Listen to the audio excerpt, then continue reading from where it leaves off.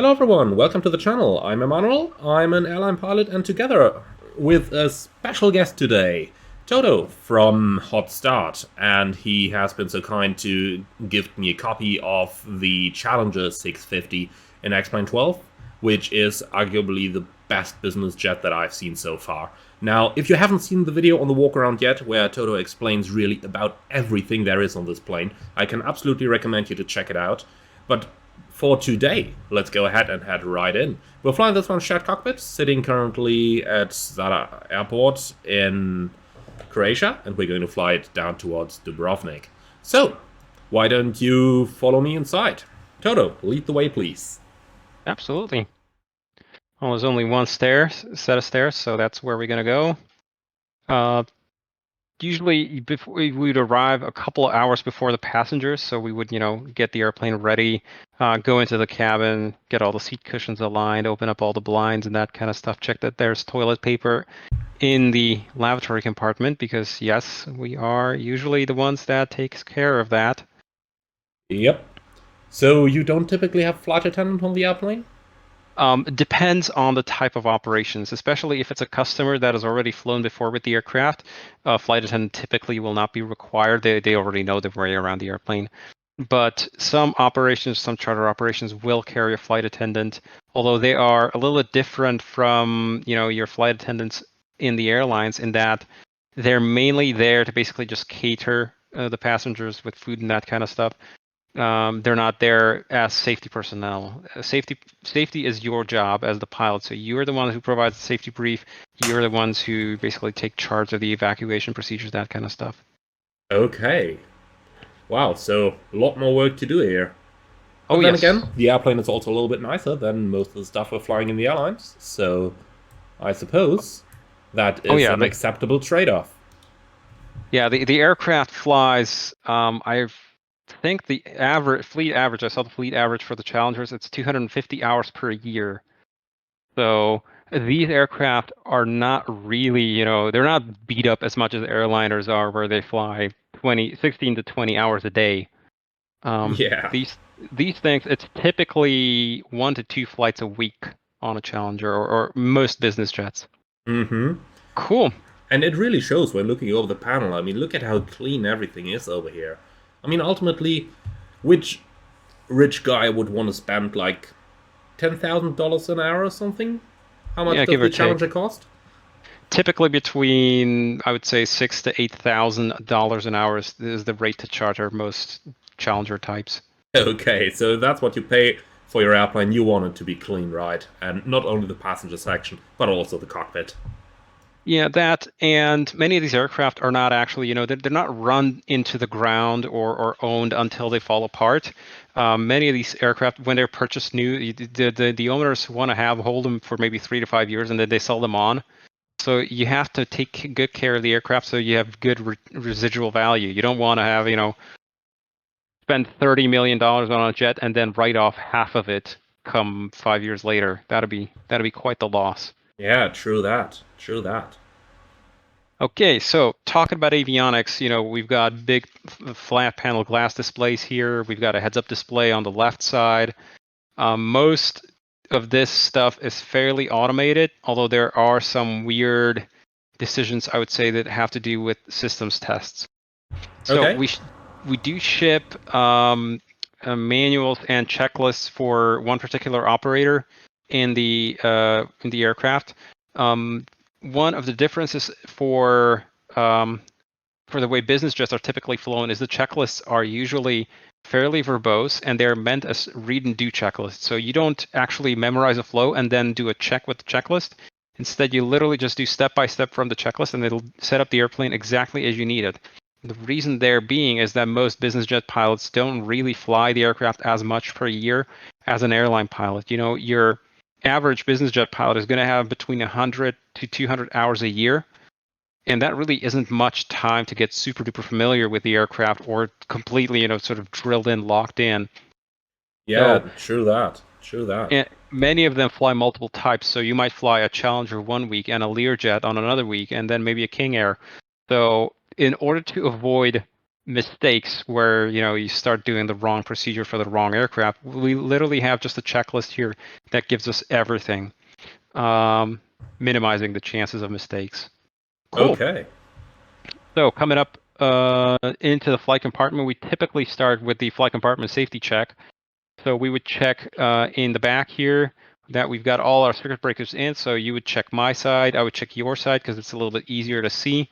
And we've got panels on the back walls, and then we've also got panels down here by our feet.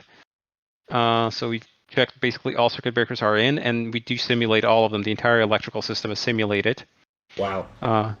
So yeah, you can literally point at any one breaker what you want, and the system behind it is functional. You can go ahead and pull it out and play around with what happens there. So, well, you know I'd had to pull one now, huh? Oh yeah, Okay. there's about 350 circuit breakers in the aircraft. I forget. The one thing we do not simulate here are the MDC switches. Those are behind your seat. Maintenance and diagnostic switches. Those the red covered ones. They will. They are behind your seat and on the back panel, a little bit higher. You're going way too low. Down here? Oh no, those. There. Okay. Yeah, so those are for making the avionics enter into diagnostics mode and programming mode and that kind of stuff. For uploading databases and that kind of stuff. We don't simulate that. That's normally a maintenance item. Cool. So we checked that the breakers and MDC switches are off, or in and off. We'll check that the overhead switches are all where we expect them to be. So we basically checked that the battery selector, the generators are off, all the sort of everything is basically in a normal state where we expect it to be. Most buttons we do want, all the buttons we want pressed out, and all the switches sort of in their off or normal position. Just basically making sure that nothing's going to move or break or do something unexpected when we power up the airplane.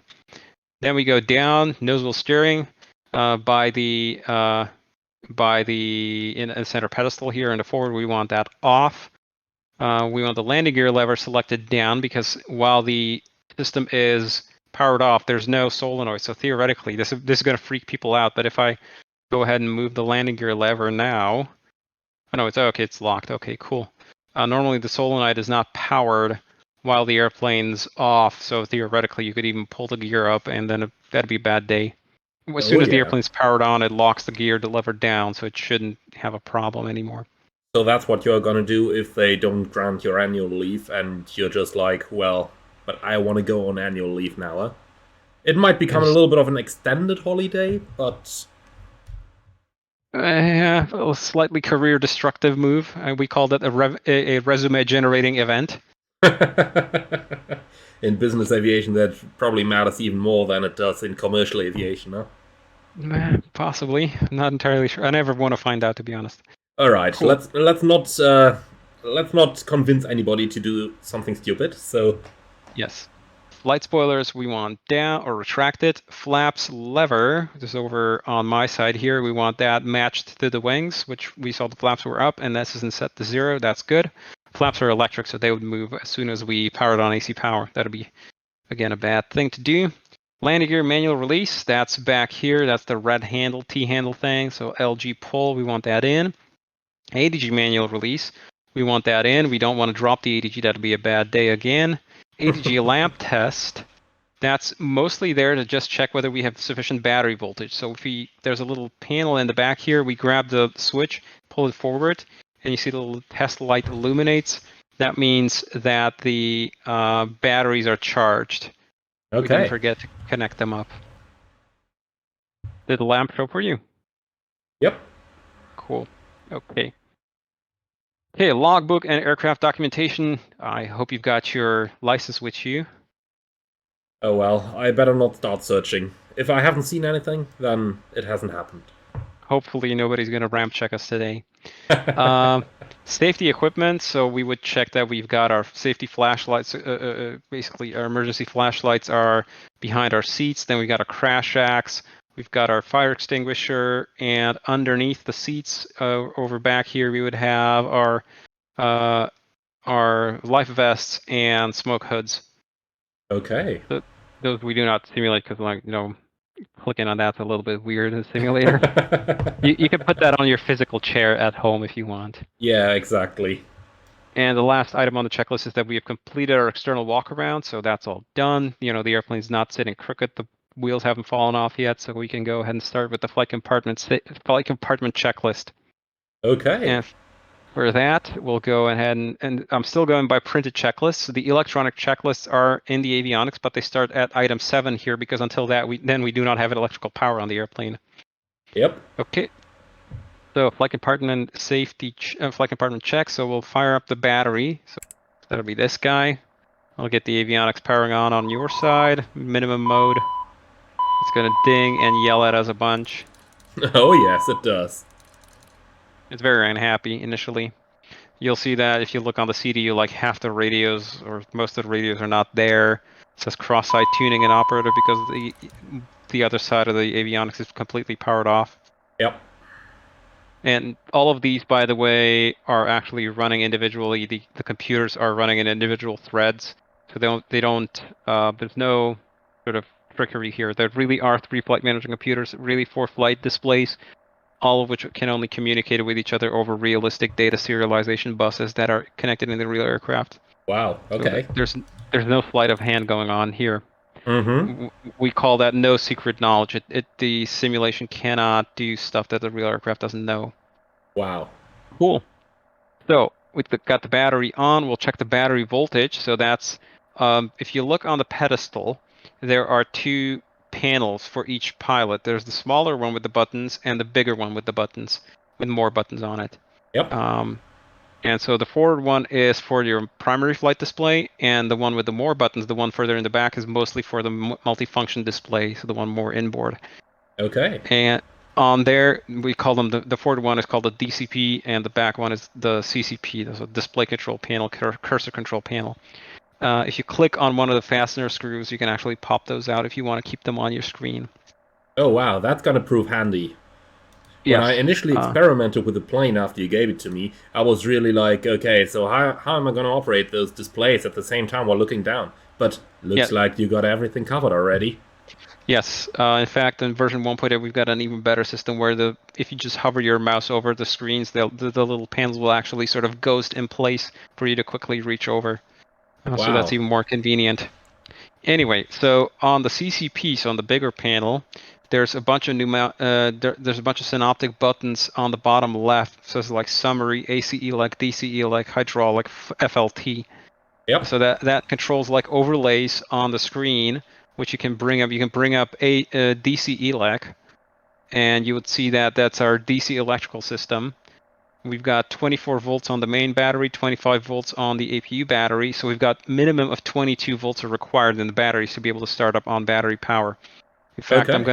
I'm gonna dismiss the external GPU because normally most business operators do not run an external generator. They'll just run on the APU itself. It makes us less dependent on airport facilities. Many FBOs, if you ask for a GPU, they're going to have to scramble because they usually don't keep one very much on hand. It's not like it's not the same as in commercial or in airline aviation. Yeah. Cool. Firex Monitor. So we'll go in the center of the pedestal behind the thrust levers. We've got a set of 5 switches. They're called engine control. And then we've got behind that are 2 rows of switches. This panel is called a miscellaneous test panel. So there's tons of tests that you can do on the aircraft are basically concentrated on this panel here. So you've got your 2 Firex monitor switches. And what those are is they test the left and right, or number 1 and number 2 circuits for fire extinguishing, that's for the bottle tests. Yeah, there we go. So you can actually click in between them. You can click them either individually, or you can click in between them, and that will test them both. And so you're looking for, hang on, oh, I see you've switched over your PFD reversion. Okay. Which button did I hit? I think you hit on the back where it says L displays. It's further to the back in the center. Oh I'm gonna boy. move them so that you can Oh see. yeah. Okay. for reversion display reversions if you have like a failed screen. Okay. Okay, so if you push the Firex Monitor switches in between them and look at the MFD, it's going to say like squib OK. So these are your testing the fire extinguishment squibs in for continuity and the fire bottles. Yep. Then we've also got 2 APU squibs, so that's on the next switch over. Sometimes they do all 3 at the same time to like push 3 fingers up against it. So we check that we've got all the bottles are functional, so we'd be able to fire the agents. Then we'd go 1 over to the right and grab that switch, push it forward into the warn position, and that's going to give you your many ding dongs. Oh yeah. Overheat. Jet pipe overheat. So we've got jet pipe overheat, engine fire, left jet pipe overheat, left engine fire, and then APU fire. So we're basically looking for 5 new warnings to appear on there to make sure that the engine fire extinguishing system. And the fire detection system has 1 more test. If you pull the switch backwards, actually, that will cause 5 failures to come on. Yeah, it gets a little bit weird. You can pop out the screen and actually bring it with you. That's probably easiest. Just click on the MFD. Oh yeah, okay. There you go. Halfway around, okay. Yeah, and that will show what that does is it tests whether the loop failure detectors work. So you know that these fire loops are basically 2 concentric electrical wires, and there's a little material in between them that if it gets very hot, it enables continuity for detecting like this piece of the wire is overheated, right? So that's how it detects fire. The fire loops are actually for the main landing gear, are even visible inside of the main landing gear bay. If you stick your head in there, you can see them. Wow. So, in addition to not only detecting fires, the systems also need to detect a faulty short.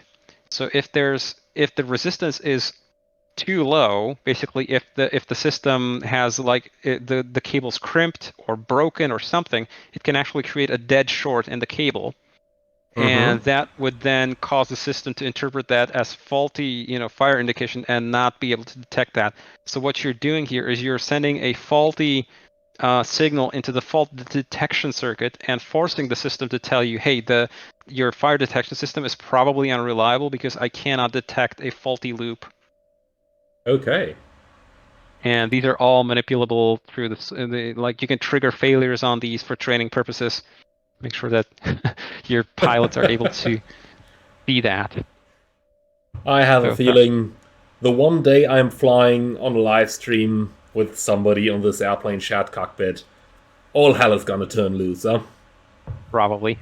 Okay, so with that, we've completed our fire monitor and detection warning fail tests. And so we can go ahead and fire up the APU. So the APU is over on the overhead, just below the electrical panel. And you can just push the power fuel switch. So that'll turn on the APU electronic control unit. You would see indications on the MFD come on for the APU parameters in the data block. And then you can push the start-stop switch on the overhead, and that's actually going to turn the APU on. Okay, start is shown, and you would see the APU battery is now being pounded hard. It's like 18 volts. Oh yeah, down here. And okay, it's finished to start up at 60% RPM. It shuts off. But yeah, the APU battery is what starts the APU. Okay, so from that 60%, the APU is self-sustaining, I suppose? Yes. Okay. Yes, and it's going to accelerate 95% plus 5 seconds. You're going to get APU avail on the overhead, and plus another 10 seconds, you're going to get an APU generator off caution. There it is. So we can go ahead and select on the overhead the APU generator. That's the one in the middle. And I just about noticed when I switched that on how all the lights became a little bit brighter. Is that sort of an energy compensation or energy saving mode of the airplane? No, it's simply the batteries are 24 volts and the APU is 28 volts. So the DC part, the transformer rectifier. So yes, the lamps are actually all simulated physically, and each of them draws a little bit of light, or a little bit of energy. So if I, for example, go and do a lamp test here. Sorry, wrong switch. This switch. All of these lamps are actually accounted for in the electrical system. You'd be able to see that there's, I don't know, a few hundred milliamps more of power draw, although it's a little bit difficult to see. But Wow. the entire airplane is physically held together. The entire electrical system, for example, puts mechanical load on the engines and the generators to when there's additional electrical load. Mhm. Anyway, that's mostly a nerd thing for me because of how the airplane's coded together. Okay, so Well, APU you know, if we generators on. continue the entire video like this, then probably whoever watches it all the way from front to the back can step out and go right into the skill check for the type rating, no? Possibly. I mean, I've had some of our testers be fairly familiar with the aircraft when they actually got into the real one. Mm-hmm. Cool.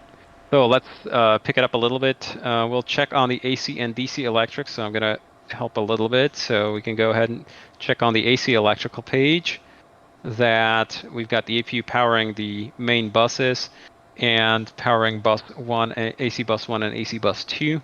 And also, if we go to the DC elect page here, we would see that now we've got power coming from the AC buses at the top, going through transformer rectifier units and powering most of our DC crucial stuff. So that's AC electrics are done. Nav lights and logo lights. So we'll turn on, it's on the overhead. We'll turn on the nav and, oh, sorry. You can go ahead and do that. Okay, sorry for that.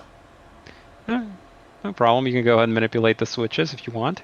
Alright, then I'll just keep here. on doing the switches, as it Sure. might be a little bit easier for viewers if they can see my mouse on screen.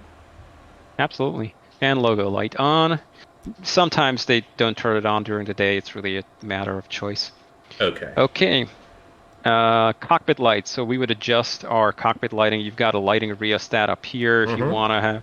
If you want to have that, then there's at the back of the pedestal. We've got lighting rheostats for like the integral lighting, PFD, MFD, all the displays and that kind of stuff. During the day, generally not a big deal, but during the night, it will be. The night lighting will blow out the screens that are extremely bright, so you would actually want to turn those down. Okay. Then we'll go and we've got the cockpit lights. Then on the checklist, we've got, actually, let me bring up the electronic checklists here. So if you look over on my side of the, on the MFD, I'm going to pop those up. And if I go upper menu on my CCP, I can go to checklist, push the button in the center, and then I can scroll down flight compartment checks, and I'm going to start checking stuff off. Cockpit lights we've got set. Lamp test. So when you see this kind of like bracket, asterisk bracket, that's sort of meant to be like a little sunbeam, and that's meant to be in the checklist like first light of the day items only. So we do a lamp test. That's in the miscellaneous test panel. You can look around. You know your lamp test. You've seen those plenty of times. So there's circuit 1 and circuit 2. One down here, basically making sure that all the lights that are supposed to catch your attention will actually catch your attention. So, for example, if you have a system light or something the likes, and there is a malfunction in the system, but the bulb of the light is broken, then obviously you might not be alerted to it. Now, in an airplane like this one that has an ICAS and stuff like that, it's not that much of a problem. In a 737, you can imagine that we very carefully checked that, and we actually had 2 lamps in each, or 2 bulbs in each light. Yep. In fact, I can show you what that looks like. So look over on the overhead now. I can fail each individual lamp in the aircraft. So now I've failed one of them, and let me. Yeah, that's got to be up here, the fuel boost pump, right? Yep. The inner light. And if I clear the failure, lamp comes back on. There it is again. All right. So there's a few hundred lamps. Do you do this kind of stuff on a random basis by any chance, so that it's actually worth it for users to do those checks? Currently, we do not have random failures. Eventually, I do want to put those in, but they weren't necessary for training purposes, because in training you want to have stuff predictable. But yeah, yes, you can fail each individual light. Yeah, and thinking full flight simulator, those things do sufficient unpredictable things anyway, do they? Software failures not included. Yes. Oh yeah. Cool.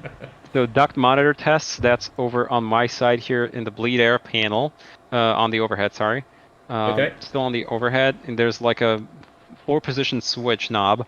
So for that, normally what you do for the mouse, where you click on the label where you want the switch to go, because we can't do left and right, because there's actually like too many positions. Yeah.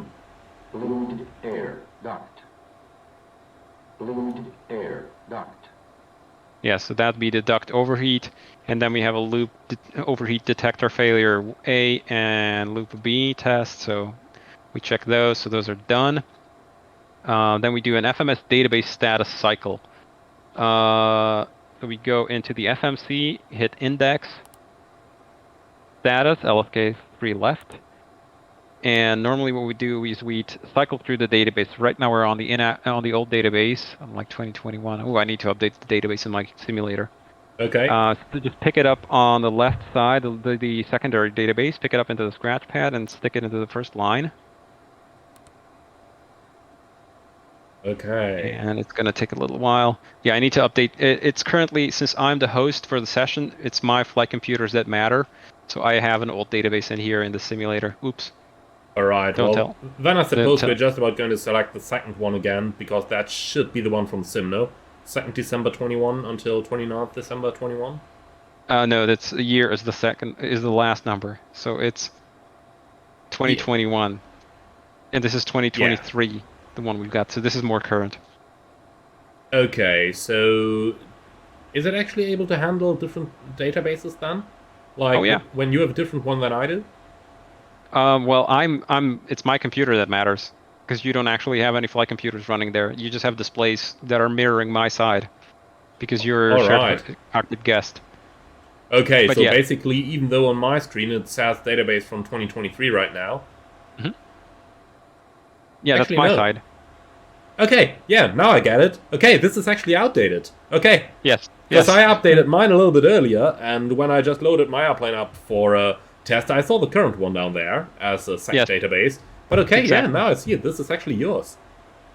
Okay. Yeah, it's not wrong. I need to update my database. We could actually just power off the airplane here in software without quitting the simulator, update the database, and restart the FMCs, and they would actually pick up the new change. But for the time being, just to keep things moving, we'll just ignore this. Yeah, exactly. You can actually dismiss the message on the CDU just by pushing the MSG button once to review it, and then push it again, and it'll return you back. And the MSG is just going to stay there as a reminder that you have stacked messages in the FMC. Okay. Okay. So moving along, what do we have here? Database status we have cycled. Next we go FMS flight plan, uplink, and ATIS.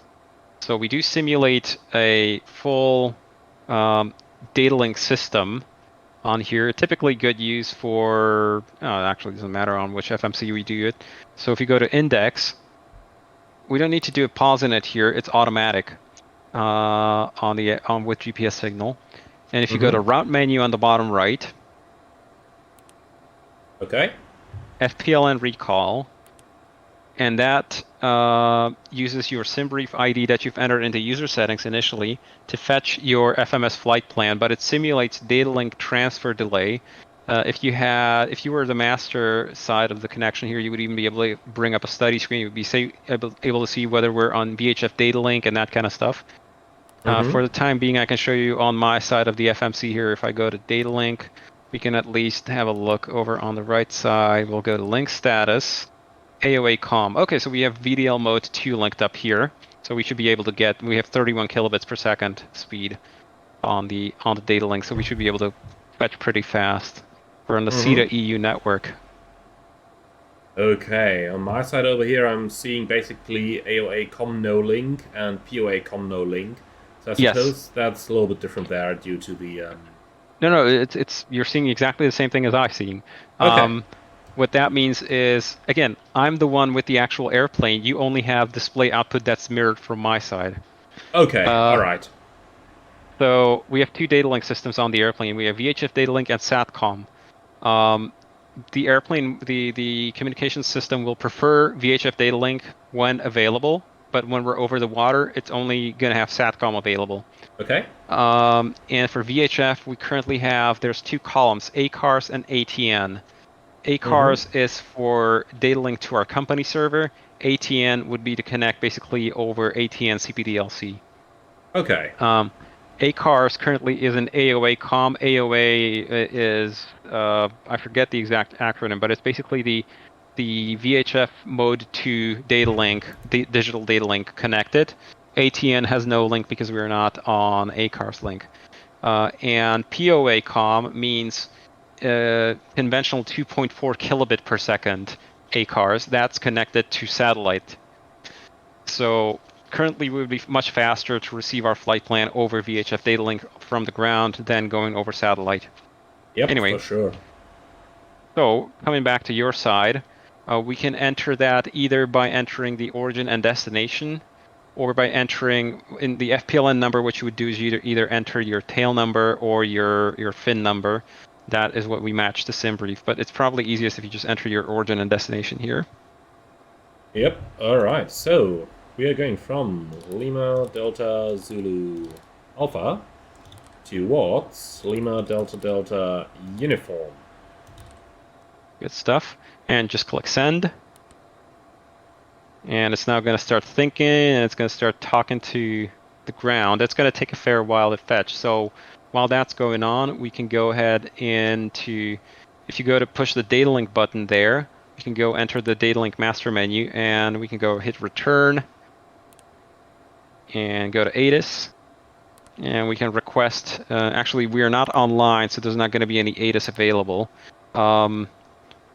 Because what we do is we fetch real-world ATIS when you're offline, and that we only have available in the United States. Nobody else puts real ATIS on the network for free on, so the on the airplane internet. actually checks if you're flying online on VATSIM and then takes the VATSIM data, and if it sees you're not flying online, it collects the real-world data if in the US and data is available.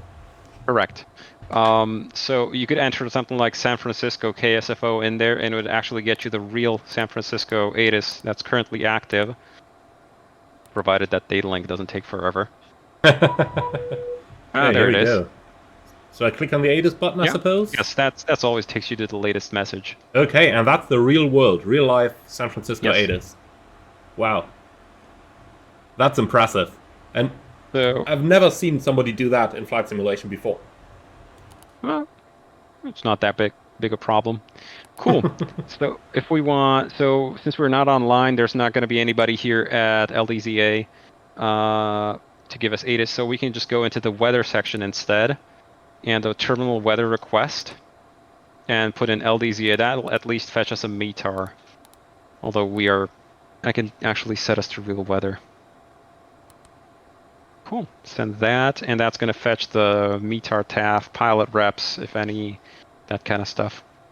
Okay. So while we wait for that, and that it is already come pretty fast, yeah. Okay, and here we've got it. Neat. Really neat. Cool. So carrying on with the checklist here, we'll go and do the anti-skid test. That's on the pedestal here, a little black button. Just hold that in, and that's going to give us an anti-skid in test on the MFD. If we had a failure, we'd get an anti-skid fail here. And so we check that it is armed, the switch is up, and the test has been good. Nose door, we'll check that it is clear, so that nobody's there, because we're about to pressurize hydraulics. If somebody's got their fingers in, they're going to get clamped. Yep. So nobody up there, so we can carry on with the checklist. Hydraulic 3A pump. Hydraulic panel is right below the APU panel on the overhead. Yes, and that's good methodology. Is always up, do we? Yes, exactly. So normally whenever we manipulate a switch on the overhead that has an associated synoptic page, we always want to have that page up so that we know what we're doing. The Challenger has 3 hydraulic systems, each of them with dual pumps.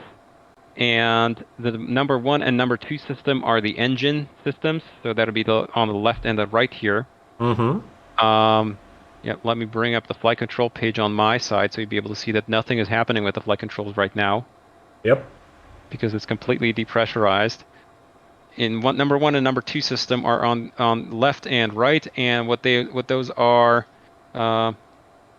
is they are the engine-driven systems with an electrical backup pump. So the B pumps are always the backup pumps. And number 3 system is in the middle. That's only electric. So 3A is the primary pump, 3B is the backup pump. So we'll go ahead and you can throw the switch for the 3A pump. You can bring the MFD with you, so you'll be able to see it, pressurizing it. It's going to go pretty quick. All right, so 3A, that's the one over here. Yes. Wow, that's quick indeed.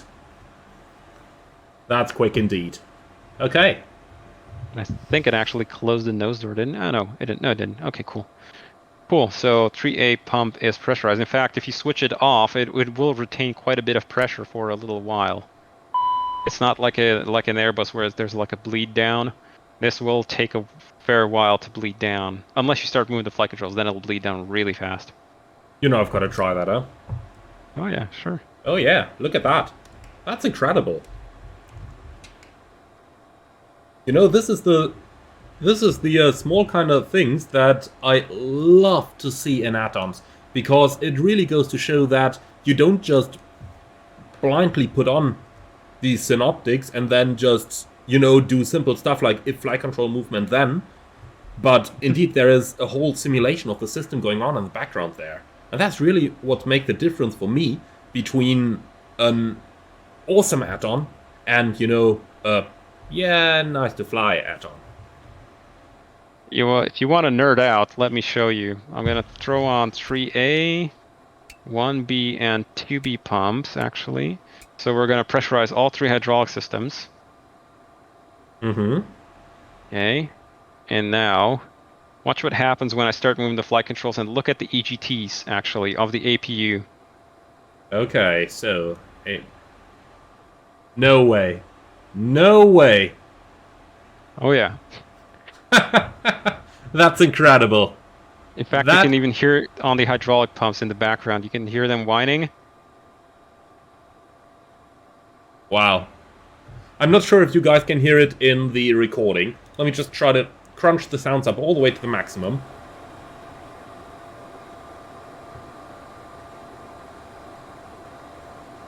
Yeah, you can hear it if you're really careful with it.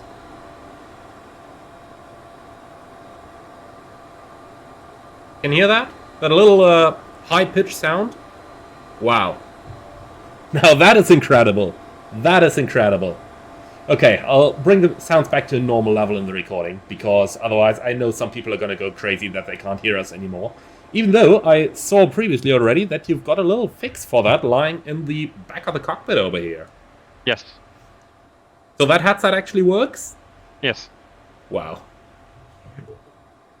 I start to wonder why I'm even asking if stuff actually works. Because I have a feeling that it would be, well, quicker if I just asked what didn't work than if I asked what worked. Oh, maybe. We on our Discord, we tend to joke that we have a flow chart now that says, is it simulated? Question mark, yes or no? And the answers are, is it realistic? Yes, then yes. If no, then no. Neat. That's okay, really neat. I'm Alright, cool. Switches back to where they're supposed to be. Okie doke. Okay, so brake pressure, we checked that we've got brake inboards. So brake inboards are 3000 psi, that's good. Now we need to actually do the parking brake. And to get the parking brake to engage, you actually need to push your physical brakes down. Otherwise, the handle here actually is not going to let you pull up. If I try, it's on the back of the pedestal is the parking brake handle. It's a little bit hard to see. But if you try and pull up on it, yep, it's not going to let you do it. So you need to push down on the brakes. Okay, so brakes are down. And now pull the parking brake, and it's going to lock in. Alright. And then you can release your brakes. It's like on a 737. You're basically locking the brake pedals. Yep. Okay, cool. Nose door. Now we're going to check. So normally it says on the checklist to close the nose door here. So now I would... Typically, this part of the checklist is actually done by one pilot inside and one person outside. So I'm going to go outside and close the nose door. You're going to hear the door close. Give me a sec. I'm going to flip the little switch. I'm in here. You're going to say, hey, okay to close the door. Yeah, okay, close the door. Wave at me. I'm going to open up the AC compartments door here and... Okay. So we had the external door open message, and now the nose door is closed. Lovely. Are you going to get an external door open message for like any of the compartments you showed me on the walk around out there? So the red nose door open cast message is for the nose door itself, and then the exit door open is for any of the little cubbies. Yes. So if Okay. I, for example, went back here and open up the APU panel, that should also give you an external door open, if I remember. Oh no, hang on, not this one. It's a weird set of decisions by Bombardier which ones do. I know that the oxygen door for sure does. The doors here on the nose might not. They've made weird choices, so this one for sure will. Oh yeah, there it is. It's the wiring. The entire airplane is basically built exactly according to the wiring diagrams, so all the cast messages should behave pretty much like the real deal, but on occasion it's not entirely intuitive. It's one of those weird things where you go like, huh? I thought we're flying a Bombardier, not an Airbus. What's it doing now? Yeah. Or in your So, case, why is it doing it again? Yeah. So hydraulic panel and pumps. So we'll go on the overhead, and there's a check that we explain in the manual that says basically flip all the switches. The 3A pump is going to go to off. That's basically to check that we can get all the backup pumps. So we go 1B, 3B, and 2B to on, and we check that we get all three backup pumps running and pressurizing the system. So we have no amber messages, nothing like that. So basically we have all backups functional, and then we basically flip all of it back into the flight position. We just take all the switches on the overhead and flip them downwards. You'll notice that the 3A pump is weirdly labeled. That one's a little bit strange in that all the switches are normally down to auto except for 3A, which is on, because that's an always on switch. So that's the normal position for all the switches. Alright, so yeah. That's something that I noticed on the CRJs already, and Yes. after all the CRJs are developed out of this, somewhat. Yes. Simplifying things here. So, yeah. Pretty much. It's a CRJ is basically just a Challenger 601 with a big cabin. I suppose Cool, you better don't tell the actual Challenger pilots that, huh? Oh, they know. They don't mind. Okay. So electric panel. Over on the overhead, we just checked that we got the generator switches off. We don't have any of the auto transfer inhibits and that kind of stuff pushed in. Then we go to the AC/DC utility switch. We press that out. Yes, that's the one. You can press it out. That's going to power on the cabin utilities in the back. So that's going to give us like the chimes. So this kind of stuff. If we play around with the seatbelt sign, there's also the cabin flight entertainment system that powers on. Coffee maker, important stuff. Oh yeah, okay. I gotta memorize that switch. Yes. AC, so start ignition panel, we check that everything is pressed out where it's supposed to be pressed out, so that's in the middle, in the top there. Then we don't have any of the ignitions armed. Fuel panel, there's a weird check here, which we call the double smiley. It's normally only a first flight of the day items, but we just check that all the switches are pressed out. Double smiley check, you just go basically twice around like that. So you check both come on, opens, gravity crossflow opens. So if you push right to aux, then the left to aux is inhibited because you can only have one of them open at the same time. Continue. So both remain on. So the weird thing is these fuel boost pumps, as soon as one switch is on, basically both of the pumps come on. There's some weird logic there with a lot of cursing that we had to map out what it actually does in the airplane because it doesn't match the documentation at all. I tell you honestly, as a long-time beta tester, I can so relate to that. Yep. Gravity crossflow close, right to aux close, push that out. And we should get our 2 amber messages back in a few seconds. So basically we just went once and twice around the turn there. Okay. And then we make sure that all the transfer overrides over on the fuel panel are guarded and pushed out, so we don't actually try to do any kind of weird stuff with the fuel system. Then we go APU LCV. Normally there's like a 2-minute wait before we put the APU bleed on. That's called the APU LCV, the load control valve. But we've been sitting here for a lot longer, so the APU's definitely warmed up and ready to go. So we'll push the APU LCV to get APU bleed into the 10th stage system. And then we go 10th stage isolation valve. That lets us power both packs. And then the next item on the checklist is both packs on. So packs that's in the middle of the pedestal of the overhead. Sorry, yeah, there we go. So pack 1 and 2, and we should be getting cool air into the cabin. we've had 18 degrees in the cabin on the MFD there visible, so that should start warming up pretty fast. Mm-hmm. So is that Cool. like the only cabin temperature gauge that you Yes. primarily use? Yes. Wow. That's the only one that's visible to the pilots. There's actually a cabin temperature controller for the cabin and the cockpits individually, but the only one that is visible to the pilots is the one in the back. Yeah, overall, if you can't even feel the temperature in your cockpit anymore, then you should probably reconsider your medical anyway. Probably. Right. Cold is going to tell you when it's cold. Yeah. Air conditioning panel check, so we'll just check that all the overhead air conditioning panel checks, those are a bit where the packs were, so we'll just check that the conditioning modes are set to normal. We've got the pack selected, we got the ram air switch here, that guy is guarded and pushed in. We set the cabin and cockpit temperatures how we want them, and then there's a transfer switch that basically allows us to select whether we are the ones who control the cabin in the back, or the cabin control panel in the back can set its own temperature. So, if somebody's there who wants to set their own temperature in their zone, or we can override that. Normally we keep that to cabin so the cabin people can control their own cabin temperatures. Okay. We continue on up to the pressurization panel at the top.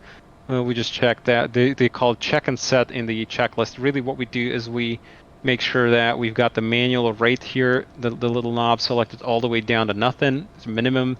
We've got the rate manual. The R button on the top right is selected with what they call the pipper. So the little dot is aligned with the triangle. That basically gives us normal rate of automatic cabin pressurization. Mm-hmm. A is your landing elevation selector, so we can set that wherever we're going to land, and B is for the barrow setting for the system to have a reference so that it depressurizes the cabin to the correct landing elevation. This is somewhat of a more of a legacy system, more like a 737, less like an Airbus, where an Airbus does it all through the smart boxes. Yeah, I was about to ask. We don't need to pre-select the cruising altitude in that? No. Okay. This is automatic. All right. And press cont, we just want to make sure that that's pressed out, because if we do that, we are in manual pressurization mode, which is also fully simulated physically. It's a pneumatic pressurization, completely mechanical system, in that now you'd have to start manipulating this switch here in flight. And what it does is unlike you would think that, okay, it's like an outflow valve selection here. No, it isn't. If this is set to manual pressurization mode, what they call the cherry picker sets is it sets the cruise altitude in a very crude manner, and you basically have to be looking at the MFD to make sure you've got an acceptable rate of climb, and you've got an acceptable cabin delta pressure and cabin altitude. And the thing is, this automatically compensates for changes in power setting. Okay. So, on something like a 737 or an A320 in completely manual mode, if you add power, you would get more bleed air, and that might cause a difference in pressurization rates. You'd have to futz around with the bleed air, with the outflow valve. In here, this thing automatically tries to completely pneumatically maintain the same cabin pressure altitude, but you have to change it all the way while you're either in climb or in descent. You basically have to hold this. Okay, but it does take into account the difference in outside pressure when you're climbing up to a higher altitude. So is it working rather reliable? Let's just make it easy. It's finagleable. It's a bunch of manual busy work for the co-pilot, but it is more automated than manipulating with the outflow valve. Okay. Yeah, there's a whole big study screen in the study windows. You'd be able to see the valves move and everything. Okay. You'll play around with that. In emergency press, that's yeah. pretty obvious what it is. Yeah. Bleed air panel underneath, we just want to make sure that we've only got the APU LCV and isolation pushed in, everything else is pushed out, so that's normal. Mm-hmm. Supplemental ground wing anti-ice panel switch, that's a weird system. It's on the main instrument panel below the standby instrument, actually below the clock. There's a retrofit. Yeah. That's a thing that was added to the Challengers after the 2004 incident. We just want to make sure that the sys switch is pressed out and the test switch is pressed out. Okay. So the system is not inhibited.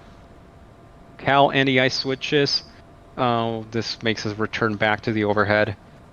Like I said, that weird supplemental grounding NTS is really something that people love to hate. Cal AntiI Switches, we'll just push those in momentarily, check that we don't get any dings and dongs if for any stored faults. Then we just return them back, then it's good.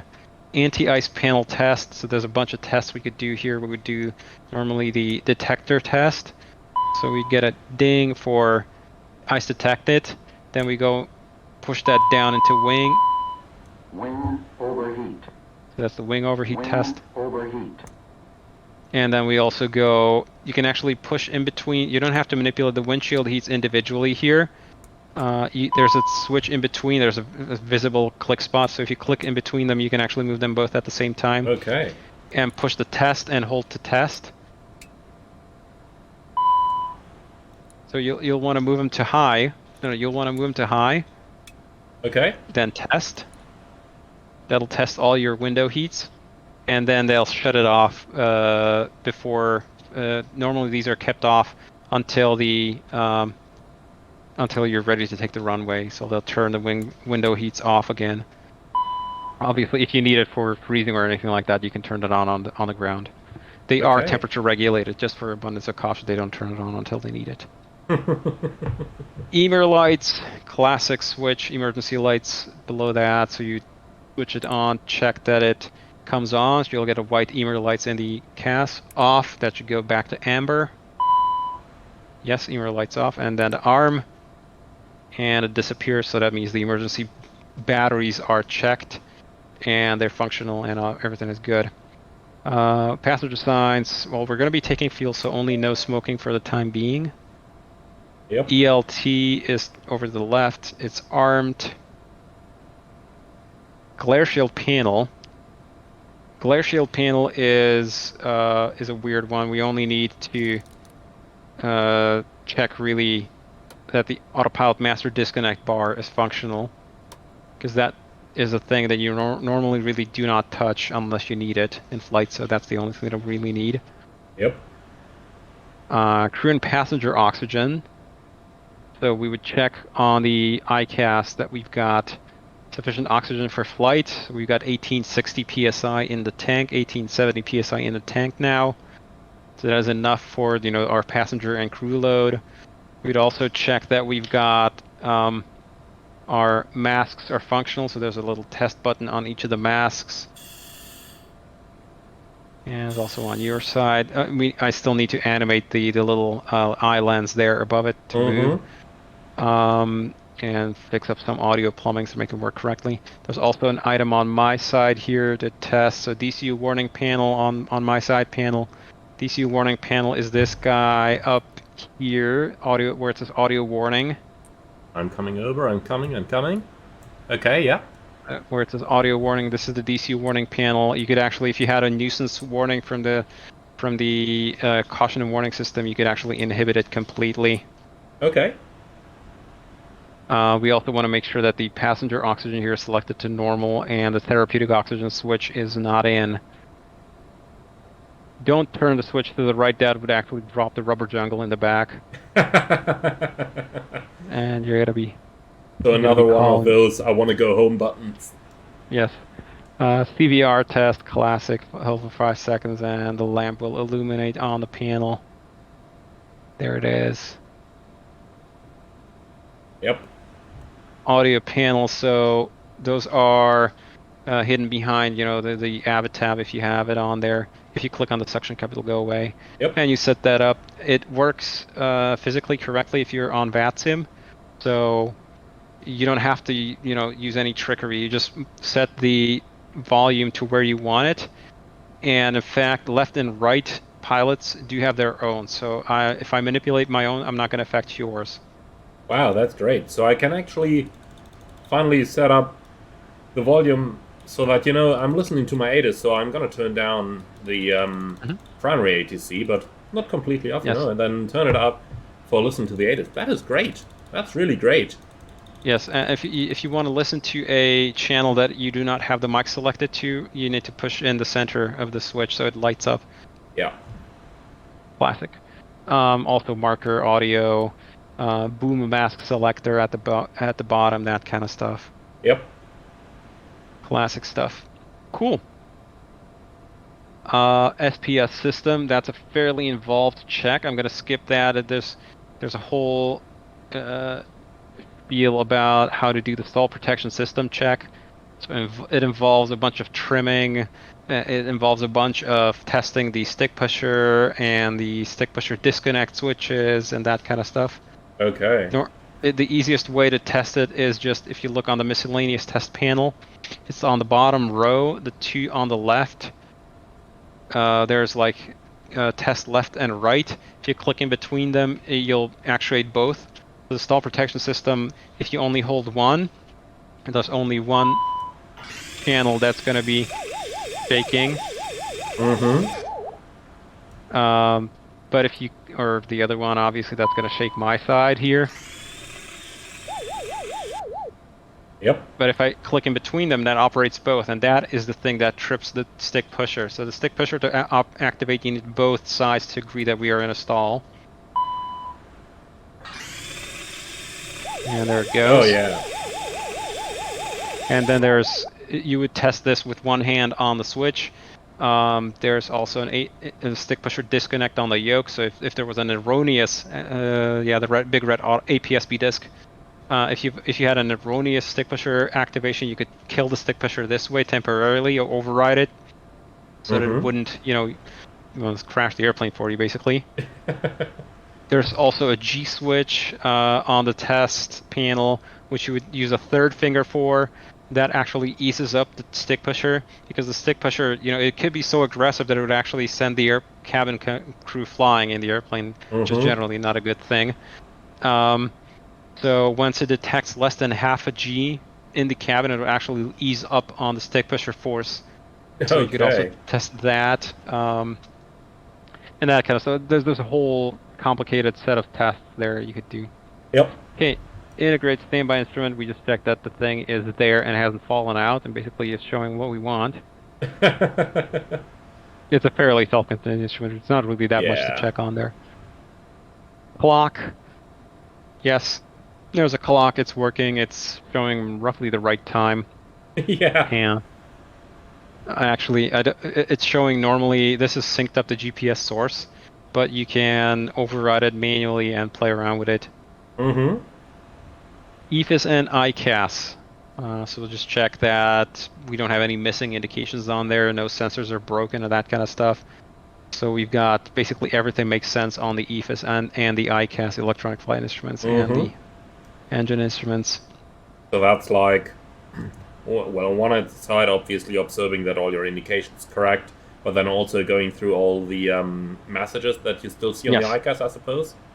Yes. Just make sure that it all makes sense, that you don't have like crossed out indications or sensors on there that shouldn't be there. Yep. As long as everything on the ICAS makes sense, like windshield heat, fuel pump, hydraulic, low pressure, yaw damper is off, Mach trim is off, stab trim is off, probes are off. All of that completely makes sense, so that's all good. Yep. Would it be an idea to just click those away with that cast button down here? Yes, that is the correct way. That is one way to do it, yes. Yeah. Red messages only remain. Yeah. Because I kind of like my displays cleaned up, Sure. Absolutely. That is also a way to do it. All right. Cool. Main landing gear bay overheat, so this is another scary one that's on the right next to the landing gear lever. If you just hold the overheat test switch. Gear bay overheat. Good stuff. Yep. And then the one right next to it is for the fail loop test again. Yep, that's good. So we want to see a fail there. That means that the fail detector circuit is functional. Okay. Pause warning switches are just behind that. We just want to make sure that they're all guarded and not selected. Oh, you're going to do a long test here. Oh, is that the one that's pretty much going to call out every single call out? Yes, if you hold it for less than 3 seconds, it'll do a short one, but you did the long one. Okay. It's going to take a while. Yeah, that kind of reminds me of the 737. You've got that little test button up there as well, and I still remember I've had a case where I've been sitting on the tarmac and I've been safety pilot for a new cadet, and the new cadet had, well, we were under a little bit of pressure because we had a slot coming up, and then the cadet forgot that he had to do the test during his preparations, and then he remembered. And what did he do? He held down the button for several seconds. And then the 737 does exactly what we are doing right here. And, well, we obviously couldn't push back with that. So we actually missed the slot because of that test. Yikes. Yeah. I believe in the 737 it goes like 5 minutes or so. Probably the same in here. Not quite that long. It only takes about 2 minutes. Okay. It's almost done. But yeah, that really reminds me of the 737. Yeah. I'm glad we don't do these things anymore in the Airbus. That's maintenance stuff these days. Yeah. Cool. Okay, so we're done with that. Yeah, so if you just click it for 1 second there, it'll do only about a 30-second test. Okay. So that's fine. You don't have to do that now. Yeah. We've already gone through the whole thing. We've heard it. We've heard it.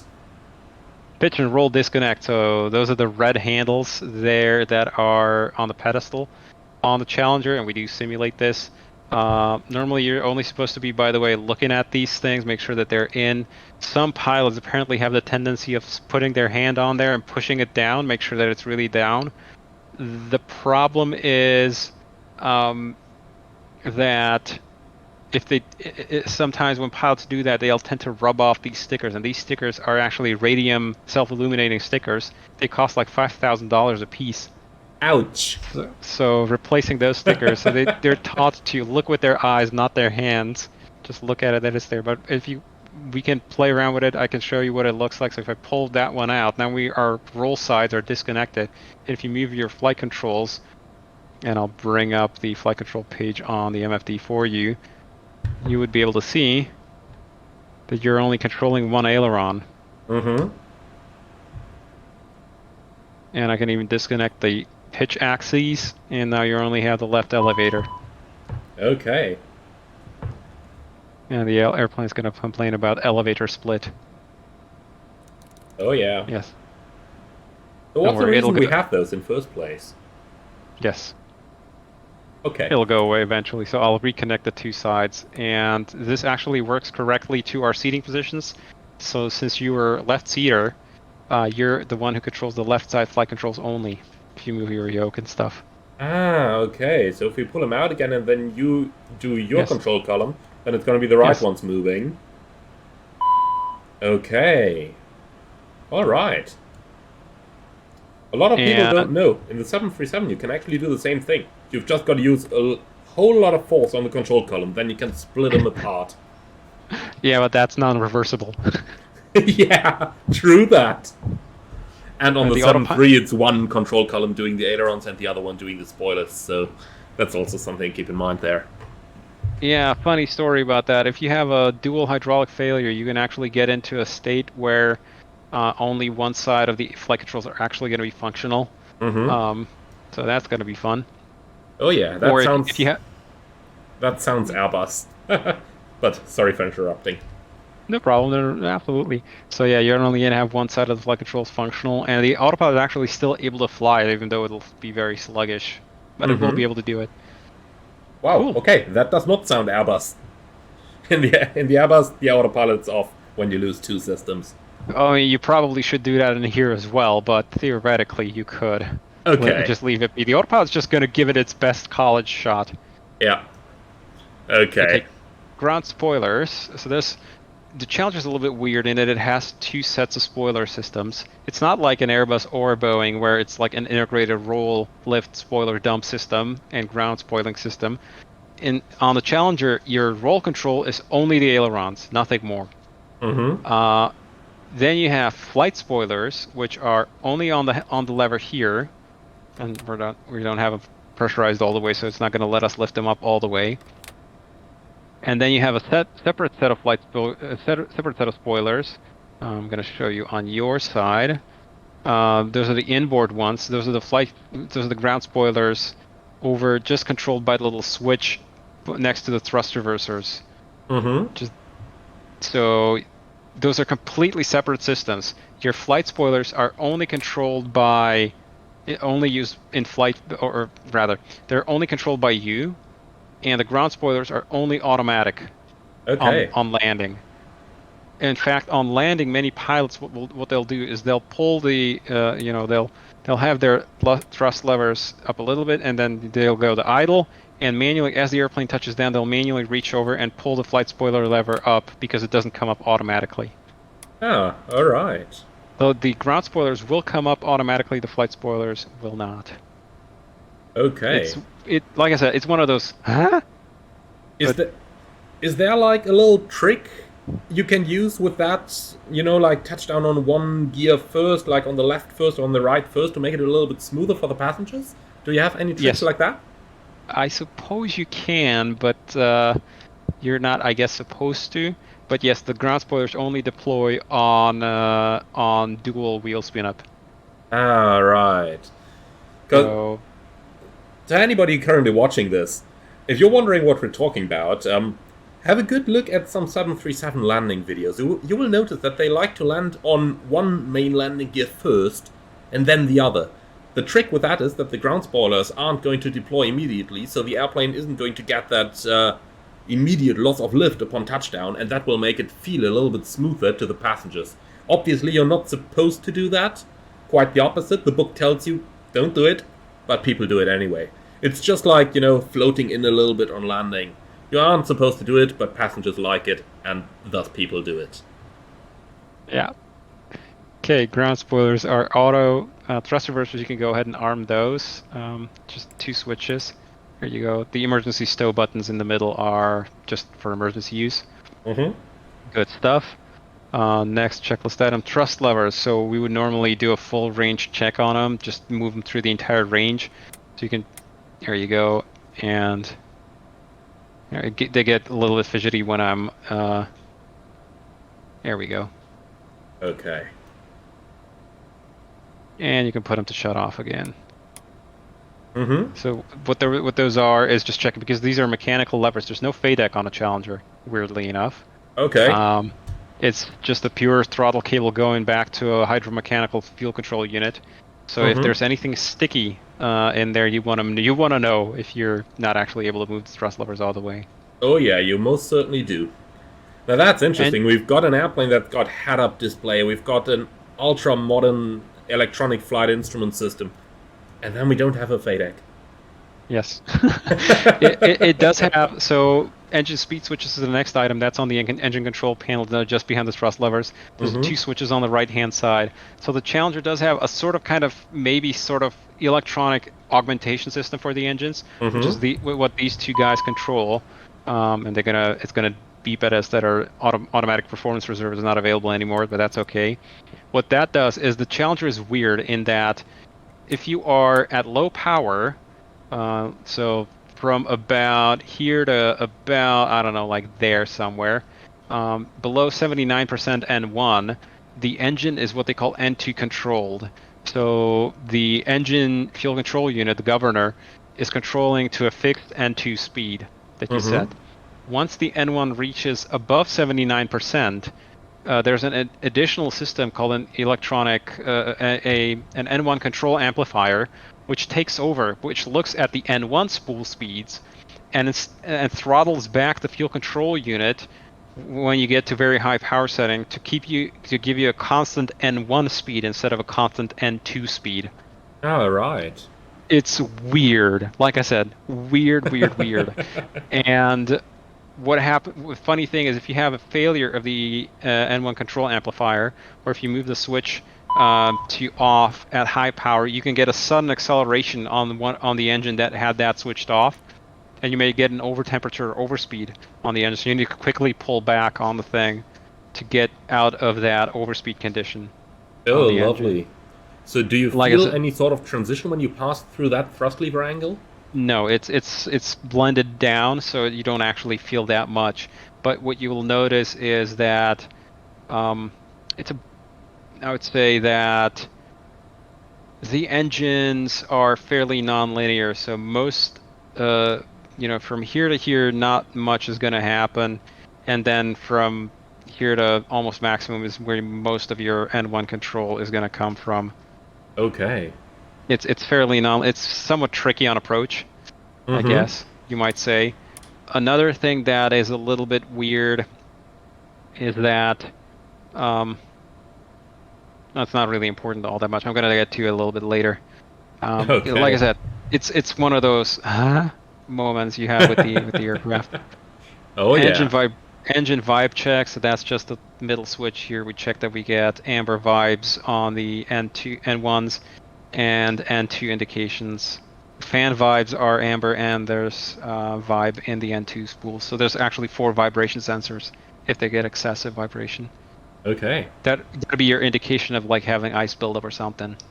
Mm-hmm. And I do suppose that's modeled? Yes. Why am I even asking this? Of course it is. Orbital warning check, that's down on the miscellaneous test panel. We just move it momentarily to 1.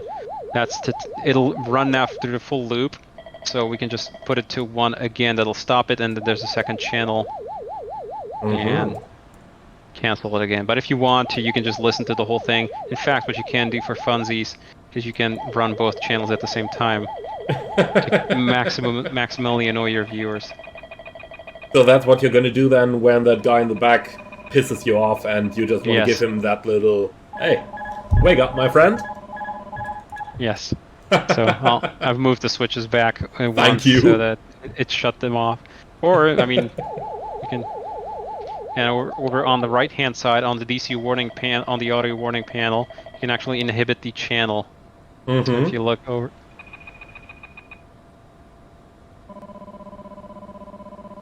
Wow. So that's the way to get rid of them if they are, for some reason, being falsely triggered. Good stuff. You know, when I loaded the plane up for the very first time and tried to run through the procedures, I went to that switch, I accidentally put it into the 1 position and then put it back into the 2 position. And then I was like, that's gotta be a bug of some previously pre-recorded sound sets just playing at the same time. And now you're telling me, no, it's not a bug, it's a feature. Yeah, no, it's great fun when you do this kind of a thing. Isn't it great? I absolutely hope my Airbus is never gonna scream at me like that. Okay, there we go. Shut it up. Okay. Smoke detector test. Is still in the miscellaneous test panel. That's bottom row, second from the right. Just hold it up, and that should give you a smoke warning test and 2 smoke cast cautions on the. Yep. There they are. Yeah, the worst kind of warnings you can pretty much have in flight. Oh yeah, absolutely. Again, trim and mock trim tests, they are fairly complicated and involved. We can just skip those. I'm just going to arm them. And for now, a set takeoff trim setting of about 5.0 is going to work for us, so we'll just leave it there. Okay. Skip that. Yaw dampers are the buttons just behind the trim switches, so you can just push those in each of them. And just push, and that'll get rid of the yaw damper cast message. Or in fact, we can look at the flight control page, and there should be no more yaw damper warning anymore. Yep. If we had, there's a disconnect button on the panel as well, so I'm going to show you what that looks like. Yaw damper, and I just re-engage the yaw damper. We normally fly with the yaw damper all the time. Okay. Reversionary and inhibit switches, so those are all the switches in the back there that have to do with display and systems reversion. So we want to make sure that all 3 of the tune inhibit switches are out, because otherwise you can basically stop one of the CDUs from tuning radios or the MFD from tuning radios. And then you have all the various display reversions. So left and right would be for your left and right sets of displays to replace each other. ICAS is kind of weird in that, there you go, you've killed the MFD. Oh yeah, that looks neat. I need to fly like that. You can actually do that without losing one of the displays. You can put that back to norm. And the ICAS switch in the middle, a lot of people ask, how do you get charts on the left MFD? Because when they push charts, it's just going to flash a little function or selection inactive when they select it on the CCP to chart button. Yep. That's because the ICAS has to be displayed somewhere on the avionics. It cannot be hidden. It's a mandatory item. So you can move it to a different display if you want to use the left display. So you can either move it to the right display, in which case I will no longer be able to run the checklist for you, or you can move it to both PFDs. In which Okay, case so- you now have, yep, now I have the ICAS on my side, and now I can't get rid of it. Yep. Or you can move it to both PFDs, in which case we both get a minimized ICAS, compactified, and we can both now freely Oh, yeah. assign the upper and lower screens on the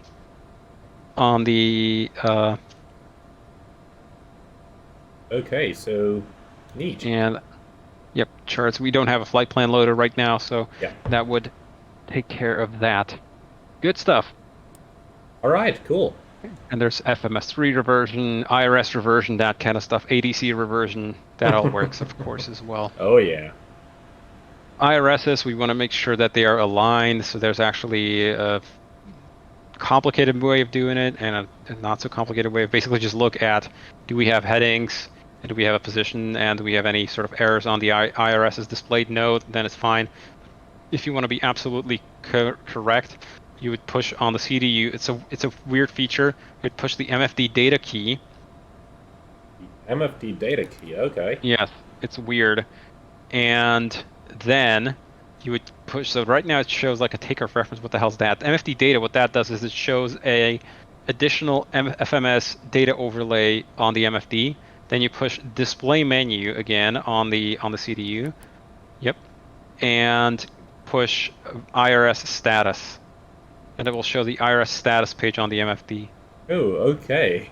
And they're all in mode nav, so IRSs are all aligned. They automatically align as soon as they get GPS signal. Wow. That's a way of doing things. That's a way of doing things. That's one of the worst UI decisions Collins has ever made. It's a pretty annoying one, but yeah, there we go. CPDLC, we're not online, so we're not going to log on to CPDLC, but we do support CPDLC for both Hoppy/VATSIM as well as Pilot Edge. Okay. ECAS test is a little bit hidden. It's in the tune page, so if you go to tune, TUN, push on the ATC key with nothing in the scratch pad, that'll enter the control page for ATC that LSK left. Yeah, there we go. And there's a little test button on the top right now. And if you just push that, that'll give you your ATC or TCAS test. TCAS system test OK. All right. Cool stuff. ATIS and clearance. Yeah, sure, we've copied down our ATIS and clearance. FMS flight plan, wind update, and perf now. So, normally, this takes maybe 5 minutes to get to here, maybe 10 minutes, and we had the flight plan.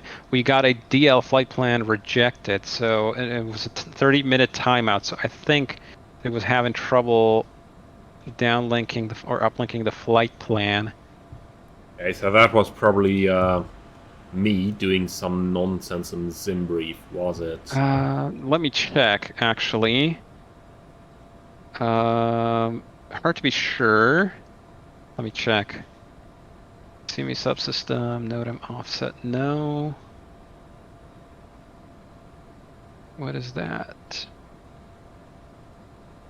Oh, hang on. No, not that. I'm looking at the log file, but really the easiest way is to check that we've got the correct SimBrief ID in my user settings, because I had to use yours. Mm-hmm. I'm able to check for updates. No, not that. Huh. It's not complaining. Let me check with your user ID here, just make sure that it actually is giving us a flight plan. Reason being is there's actually a way for you to generate the flight plan in a way that won't make it possible for us to downlink the flight plan. If you don't check the generate detailed nav log in SimBrief, it actually will not be downlinkable by the airplane. It's simply because of the fact of how SimBrief generates it. Okay. Airline. Well, yeah, that might as well be it. But let me just ask you a quick question. Looking into the checklist right now, it seems that the remaining stuff we have to do basically is the avionics setups, isn't it? Yes. Yes. Alright, so I do suppose that a lot of people will be interested in that. But a Oh, lot yeah. of people will probably not be so interested into having to watch an hour and 10 into a video of the flight deck setup in order to find that. So how about we make that a separate video, just for people to be able to find it easier. Good So stuff. basically we are done with the cockpit preparation, are we? Except Yes. for the avionics. So we are going to do a little cut over here, and from here on it's going to be a separate video for how we are going to set up the avionics themselves. So for this particular video, that's going to be it, guys. Thank you very much for watching. I do absolutely hope you loved the level of detail in this. I honestly gotta tell you, when I started talking to Toto earlier today and he started explaining me the Challenger, I thought like, wow, this is exactly the level of detail that I'm looking for with this channel. So I do surely hope that you agree with me on that. So thank you very much, Toto, at this point for your explanations. We are surely going to be there for the next one. And in the meantime, thank you very much for watching, everyone, guys. Do leave a like to the video if you did indeed like it, and do absolutely check out the Challenger. It's, well, I don't have to do any adverts for it over here. The plane speaks for itself. So thank you very much for watching, and I see you all again on the next one.